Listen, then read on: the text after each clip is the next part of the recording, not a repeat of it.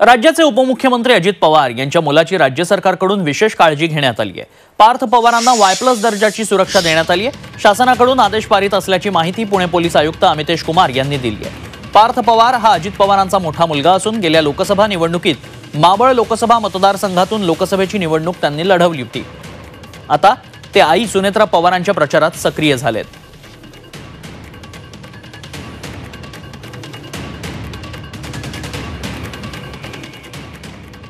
अरे जे 30-40 आमदार आहे ना, यांना कुत्र विचारत नाही, यांना सिक्युरिटी माहिती आहे तुम्हाला? यांना कुत्र विचारत नाही, यांना Y+ सिक्युरिटी सरकारने दिलेली। इलेक्शनच्या काळामध्ये ती काढली पाहिजे, पोलिसांचा ताण कमी करण्यासाठी। असं नाही, ज्याला गरज आहे त्याला दिलीच पाहिजे, नो डाऊट, त्याच्याविषयी नाही देव असं आमचं म्हणणं नाही। परंतु उगा शान शौकत म्हणून कोणाला सिक्युरिटीची गरज नाही।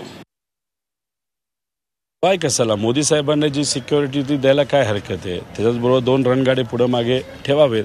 काय सागर बंगला आहे, म्हणजे देवेंद्र फडणवीस साहेब आहेत ना, ते नेत्यांच्या मुलांना सिक्युरिटी देतात, ते आमदारांना सिक्युरिटी देतात, मोठ्या मोठ्या कलाकारांना सिक्युरिटी देतात।